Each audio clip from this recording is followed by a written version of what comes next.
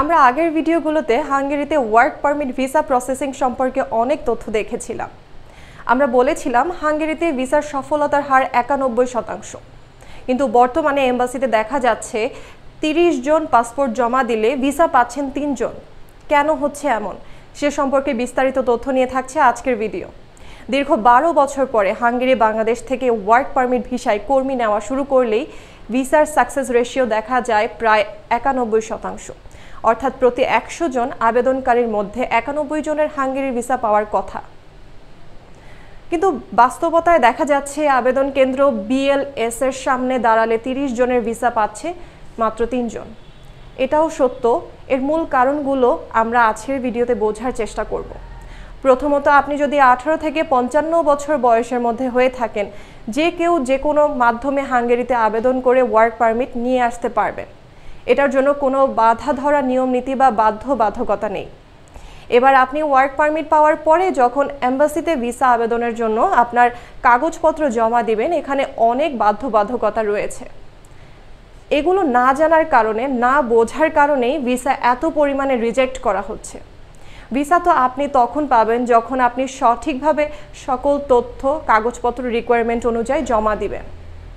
এম্বাসিতে requirement অনুযায়ী জমাকৃত পাসপোর্টের মধ্যে কয়জন ভিসা পেল আর কয়জন পেল না, এটা দিয়ে আমরা সাকসেস রেশিও যাচাই করতে পারি এবং বলতে পারি আমাদের ভিসা সাকসেস রেট এখন ৯১%। কিন্তু আপনি এম্বাসির রিকোয়ারমেন্ট অনুযায়ী পাসপোর্ট এবং কাগজপত্র জমা দিবেন না ভুলভাল কাগজপত্র বানিয়ে জমা দিবেন এবং এম্বাসি সেটার জন্য আপনাকে ভিসা রিজেক্ট করবে। এ দোষ কি হাঙ্গেরির নাকি এজেন্সির নাকি আপনার? হাঙ্গেরি এম্বাসিতে কি কি কাগজপত্র জমা দিতে না পারলে আপনার ভিসা হবে না সেই সম্পর্কে বিস্তারিত বলছি। তাহলে আপনারা বুঝতে পারবেন কারা কারা ভিসা পাবেন আর কারা কারা ভিসা পাবেন না। আপনার ওয়ার্ক পারমিট আসার পরে আপনার ওয়ার্ক পারমিটের সাথে কোম্পানি অনেক ডকুমেন্টস পাঠিয়ে দিবে, কিন্তু কিছু কিছু ডকুমেন্টস যেটা আপনাকেই দিতে হবে এবং এগুলো যদি অরিজিনাল না হয় আপনি ডুপ্লিকেট করে পাবেন না। যেমন প্রথমত, আমরা বর্তমান পাসপোর্ট এবং বিগত ১০ বছরের মধ্যে যদি কোনো পাসপোর্ট থেকে থাকে সেটিও আপনাকে এম্বাসিতে জমা দিতে হবে। আপনি যখন অ্যাপয়েন্টমেন্ট পাবেন তখন আপনার ইমেল সুস্পষ্টভাবে এ সকল কাগজপত্র আপনাকে সাথে করে নিয়ে যেতে বলবে। এম্বাসির যে চেকলিস্ট আছে ওয়ার্ক পারমিট ভিসা জমা দেওয়ার, সেই চেকলিস্ট আমি আপনাদেরকে দেখিয়ে দিচ্ছি। দ্বিতীয়ত, আপনাকে ন্যূনতম SSC পাস হতে হবে। SSC পাশের সার্টিফিকেট আপনাকে মোফা অ্যাটেস্টেশন সম্পন্ন করে হাঙ্গেরিয়ান ভাষায় ট্রান্সলেট করে জমা দিতে হবে। এরপরে আপনার পুলিশ ক্লিয়ারেন্স করতে হবে। আপনি বিবাহিত হলে বিবাহের সার্টিফিকেট এবং ল মিনিস্ট্রি থেকে সত্যায়িত করে হাঙ্গেরিয়ান ভাষায় ট্রান্সলেট করে জমা দিতে হবে। তৃতীয়ত, সবথেকে জটিল যে প্রক্রিয়া সেটি হচ্ছে যে ব্যাংক স্টেটমেন্ট। অনেকে ভাবছেন যে আপনার ব্যাংকে অ্যাকাউন্ট নাই, এজেন্সি আপনাকে একটা ভুলভাল অ্যাকাউন্ট দেখিয়ে স্টেটমেন্ট তৈরি করে এম্বাসিতে জমা দিবে আর সেটা দিয়ে আপনি ভিসা পেয়ে যাবেন। আমাদের এই অসৎ উদ্দেশ্য সম্পূর্ণ হচ্ছে না এই মুহূর্তে। এম্বাসির রিকোয়ারমেন্ট লিস্টে কোনো কাগজপত্র কেউ যদি বানিয়ে দেয় তার ভিসা রিজেক্ট হবেই, কারণ এম্বাসি এই সকল বিষয় যাচাই বাছাই করে আপনাকে ভিসা দিবে।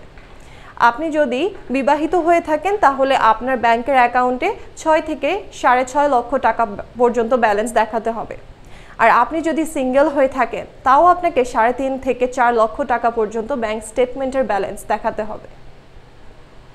হ্যাঁ, এটা সম্ভব আপনার যদি ৬ মাস পুরাতন একটা ব্যাংক অ্যাকাউন্ট থাকে, তবে সেখানে আপনি টাকা জমা রেখে স্টেটমেন্ট দেখাতে পারেন, সেক্ষেত্রে এম্বাসি সেটাকে অ্যাকসেপ্ট করবে। কিন্তু যার ব্যাংকে কোনো অ্যাকাউন্টই নাই অথচ কাগজপত্র বানিয়ে এম্বাসিতে জমা দিয়ে ভিসা রিজেকশন স্লিপ নিয়ে আসছেন, এই দোষটা আসলে কার?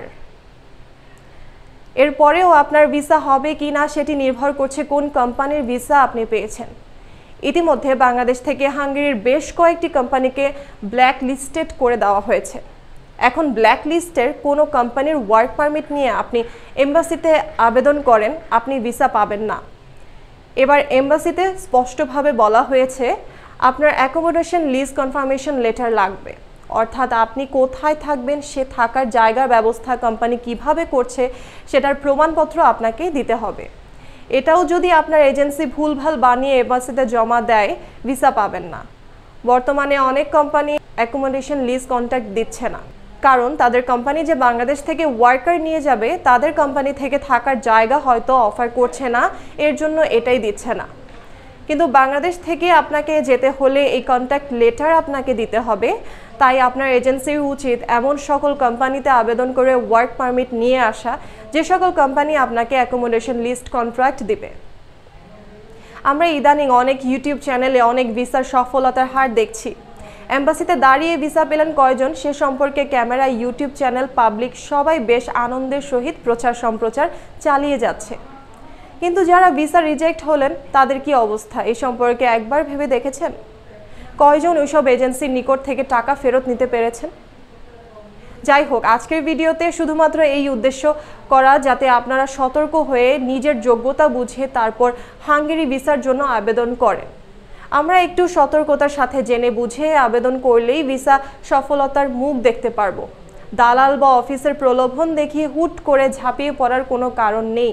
নিজে আগে একটু যাচাই বাছাই করে তারপর আবেদন করুন। হাঙ্গেরি সম্পর্কিত যে কোনো তথ্য পেতে ভিডিও স্ক্রিনে দেওয়া নম্বরে সকাল 10টা থেকে 6টা পর্যন্ত যে কোনো তথ্য যাচাই করে নিতে